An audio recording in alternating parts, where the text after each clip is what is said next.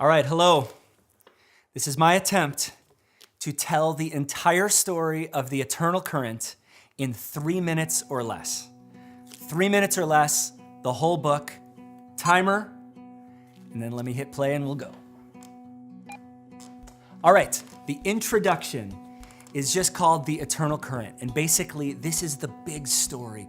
There is this great river flowing throughout creation towards the restoration and redemption of all things. And you and me have been invited, not just to believe about it, but to get into the water with Christ and swim for the sake of the world.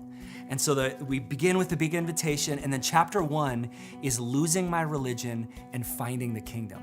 And this is actually starts very personal about my faith imploding in my early 20s and realizing or discovering or learning that the story is so much bigger than what I had thought and beginning to get swept up into that.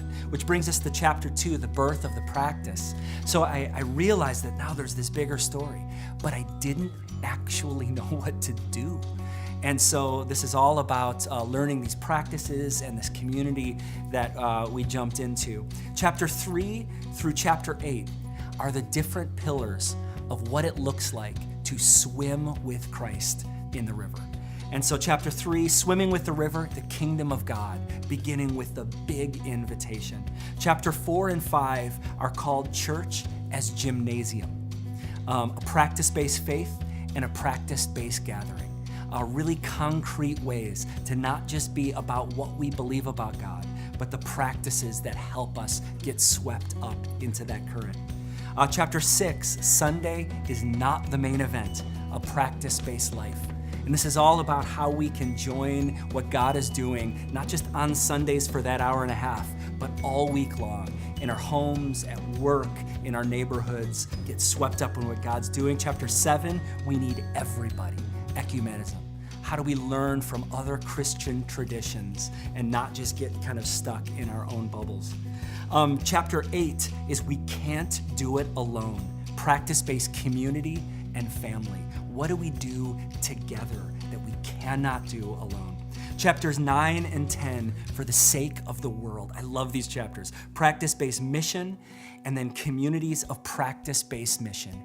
As we get swept up in God's current, we get pulled into all parts of the world, what God is doing to redeem and restore, and we roll up our sleeves and participate. And then finally, the benediction, a call to reimagine and reintegrate everything through memory and imagination. And so this just is bringing it all together, reminding us of the big journey, and then reminding it that the way forward is both learning from where we've been, and being swept up into where we're going. 5, 4, 3, under 3 minutes. Friends, this is the eternal current. I hope it is helpful as you get swept up in what God is doing, not just in your life, but also through your life, in your neighborhoods, at your workplace, in your family, and throughout the world. Peace.